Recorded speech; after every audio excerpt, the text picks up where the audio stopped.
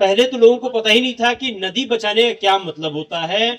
एक चीज उसमें था, वो जो करते थे कि पौधा लगा देना, लेकिन पौधा कहाँ लगाना। लेकिन आज के डेट में एक नदी बचाने से क्या मतलब होता है, ये काफी रिसर्च हो चुके हैं, इस पे कार्य भी चालू हो चुका है। और सबसे जो कार्य स्टार्ट हुआ है वो गंगा नदी से स्टार्ट हुआ है। आप जानते हैं कि नमामि गंगे प्रोग्राम्स चल रहे हैं, और झारखंड में भी एक जिला है साहेबगंज, में वहीं से आ रहा हूँ, इसलिए मुझे पता है कि इसमें क्या क्या चीजें करनी है। ये प्रॉपर रिसर्च टॉपिक है कि किन चीजों से नदियों का रिजुवनेशन होगा, कौन सी ऐसी चीज है कि नदियों को डिस्टर्ब करती है, उसको कैसे रोकना है, और जब नदी रिजुवनेट हो जाएगा तो उसका क्या पैमाना है। सबसे जो बड़ा पैमाना जो कहा जाता है वो कहा जाता है कि अगर नदियों के जो जीव जंतु हैं अगर वो आ गए, तो इसका मतलब है कि नदी स्वस्थ है। गंगा में अगर मान लीजिए डॉल्फिन्स हैं, गंगा की जो जो उसमें अन्य जो मछलियां हैं, अगर वो जीवित हैं, इसका मतलब है कि गंगा स्वस्थ है। यही चीज यहाँ पर है। और अगर हम देखें यहाँ पे उसरी का, मैं इस पर बहुत ज्यादा समय नहीं लूंगा क्योंकि ये बहुत रिसर्च टॉपिक है जिसमें कि आप लंबे समय से बोल सकते हैं, या आप पढ़ भी सकते हैं नमामि गंगे का। जैसे वो नमामि गंगे है, यहाँ पे वंदना उसरी हो जाएगा। तो प्रोग्राम्स के नाम बदलते रहेंगे बट चीजें वही हमें करनी रहेंगी। और ये देखने से ही लगता है कि उसरी एक बहुत ही बीमार नदी है। मैं क्यों कहूंगा बीमार नदी, क्योंकि सबसे जो आप हेल्थ जैसे देखते हैं ना, इंसान का पीला पड़ जाना, तो देख के बता सके इंसान बीमार है। अगर यहाँ पे देख रहे हैं बालू नहीं है, तो आप समझ लें कि ये नदी विलुप्त की कगार पर है। क्यों? क्योंकि जो बालू होता है वो सबसे जो इंपॉर्टेंट कार्य करता है कि वो पानी के धार को थोड़ा कम करके और पानी को नीचे परकुलेट कराता है। क्या है कि हमारे यहाँ पे जो झारखंड है, पानी की कमी नहीं है। हर जगह आप सुनते होंगे कि पानी की बहुत दिक्कतें, किल्लत है, लेकिन अगर आप देखें तो करीब करीब 1300 mm की बारिश होती है। 1300 mm की सिर्फ बारिश में अगर मैं आपको एक आंकड़ा दूं, तो अगर 300 mm की हम ये मान लें कि सूरज भगवान को हमने दान दे दिया, 1000 mm की अगर बारिश अगर आप देखें तो 1 हेक्टेयर में 10 लाख लीटर, ध्यान दें, 1 हेक्टेयर में 10 लाख लीटर पानी भगवान हमें दे रहे हैं। होता क्या है कि उसको रोकने का हमारे पास कोई इंतजाम नहीं होता है। पेड़ हमने काट दिए हैं, कोई उसको रोकने का वाटरशेड का या फिर कोई चेक डैम्स हो या कुछ इस तरह के हम कुछ उपाय नहीं कर रहे हैं। तो क्या होता है कि जैसी बारिश होगा सीधे पानी बहेगा, बह के चला जाएगा समुद्र में, और बारिश के बाद फिर सूखा का सूखा।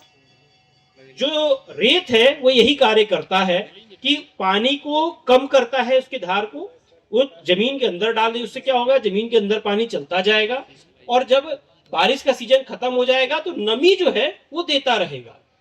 अब चूंकि बालू है नहीं, तो क्या होगा, आप जो चीजें देख रहे होंगे, जो यहाँ पे 20-25 साल 40 साल से यहाँ पे जो रह रहे हैं, कि ऐसा नहीं, पानी आप देखेंगे कि जो बरसात होगा बहुत ज्यादा पानी हो जाएगा, लेकिन कितने, 1 या 2-3 दिन के लिए, और फिर उसके बाद पानी सूख जाएगा। यही चीज को अगर वो 3 दिन का जो पानी रहा, जो तेजी से आ रहा है, अगर उसको रुकने का कुछ प्रबंध कर दे, तो 3 दिन की जगह वो 3 महीना रह जाएगा। और वो 3 महीना क्या है, आपको सतत दिखता जाएगा। अचानक से ऐसा नहीं है कि बाढ़ बहुत भयंकर आया 2 घंटे के लिए, उसका फिर खत्म हो गया सब कुछ। तो ये चीज हमें देखना होगा, समझना होगा।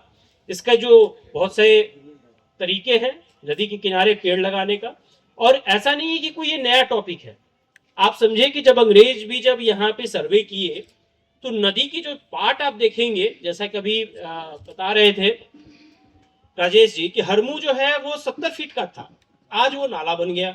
तो आप देखे होंगे कि उसका जमीन तो अंग्रेजों ने चिन्हित कर दिया था 70 फीट, क्योंकि उनको पता था कि ठीक है, भले वहां पे नदी 5 फीट की हो, 10 फीट की हो, बाकी उसका पार्ट है। पार्ट में क्या होता है, आप पेड़ लगाइए, जो कि उसके जो जड़ है, वो जड़ क्या होगा कि पानी को सोखेंगे, फिर धीरे धीरे पानी छोड़ेंगे। अगर आप लोग में से कोई बच्चे या कोई, अगर आप लोग भी जो गए होंगे, अगर जंगल में जाते होंगे, जड़ों से पानी रिसता है।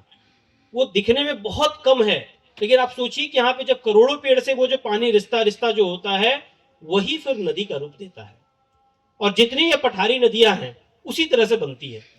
जो उद्गम स्थल कहते हैं, आप देखें कि गिरिडीह जो है बहुत सी नदियों का उद्गम स्थल है। उसरी नदी है, बिहार का जो क्यूल का नदी है आप सुने होंगे, क्यूल का नदी का भी उद्गम स्थल यही है, देवरी में है।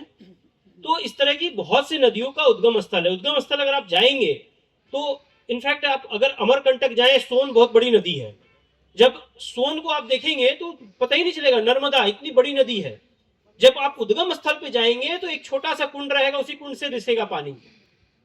तो पानी जो है, एक तो होता है कि हिमालय से जो नदियां निकलती हैं वो तो बर्फ से निकलती है, उनका अलग स्रोत है। लेकिन जितनी ये पठारी नदियां हैं, उसरी हो, बराकर हो, दामोदर हो, नर्मदा, कावेरी, कृष्णा, कोई भी रहे उसकी उद्गम स्थल ऐसे ही होगा, उसी तरह से रहेगा। और हम लोग क्या करते हैं, जब इसके कैचमेंट एरिया से उन पेड़ों को निकाल देते हैं तो फिर क्या होता है कि सिर्फ हमें बाढ़ के समय, क्योंकि पानी तो भगवान हमें दे रहे हैं, बाढ़ के समय पानी आएगा चला जाएगा, और फिर जैसे ही जब बरसात खत्म हुआ तो फिर नदियां सूख जाएंगी। तो उसी क्रम में आप देख रहे हैं, इसीलिए मैंने कहा और दोबारा कह रहा हूं कि ये नदी बीमार है, इसको बचाना है। और ये बचाना राजेश जी की जिम्मेवारी नहीं होनी चाहिए। जिम्मेवारी चलिए एज ए अधिकारी मेरी है, डीसी साहब की है, लेकिन हम सबसे बड़ी जिम्मेवारी आप लोगों की है। क्यों? क्योंकि आप सबसे ज्यादा अफेक्ट हो रहे हैं।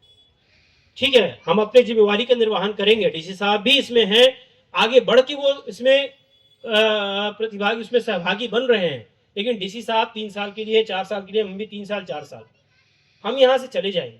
रहना किसको है? आपको। तो ये चीज समझना होगा, आपके अस्तित्व के लिए। आपके पूर्वजों ने जो है, आपके माता पिता ने जो नदियां दी, आप देख लिए कि बीमार हो गया। अगर ये नदियों को आप नहीं संजोएंगे तो ये नदी मृत भी हो जाएगी। बहुत सी नदियां मृत हो गई, ये भी उसमें से कगार पे है। तो समझना होगा, और ये एक व्यक्ति के बस की बात नहीं है और ना ही एक जगह की बस की बात है। आप कितना भी शहर में नदी बचा ले, अगर जमुआ वाले जहां से नदी आ रही है अगर वो नहीं बचाएंगे तो आपका प्रयास भी उतना रंग नहीं लाएगा। ये नदी के पूरे जहां से उद्गम स्थल है और पूरे रास्ते में जहां जहां से नदी पार कर रही है, उन जगहों पे सबको जागृत होना पड़ेगा, तभी ये नदी फिर बचेगी। और जागृत होने से, अगर आप जागृत होंगे तो फिर नियम कानून तो फिर बनते जाते हैं।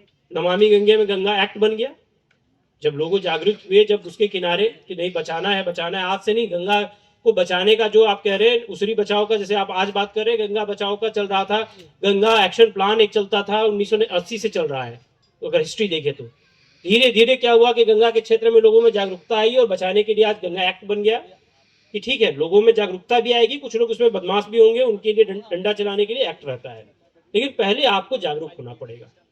तो इन्हीं शब्दों के साथ मैं अपनी वाणी को यहाँ पे विराम देता हूँ और पुनः आशा करता हूँ कि आप लोग इस उसरी बचाओ जो अभियान है, आंदोलन है, इसके मर्मता को समझेंगे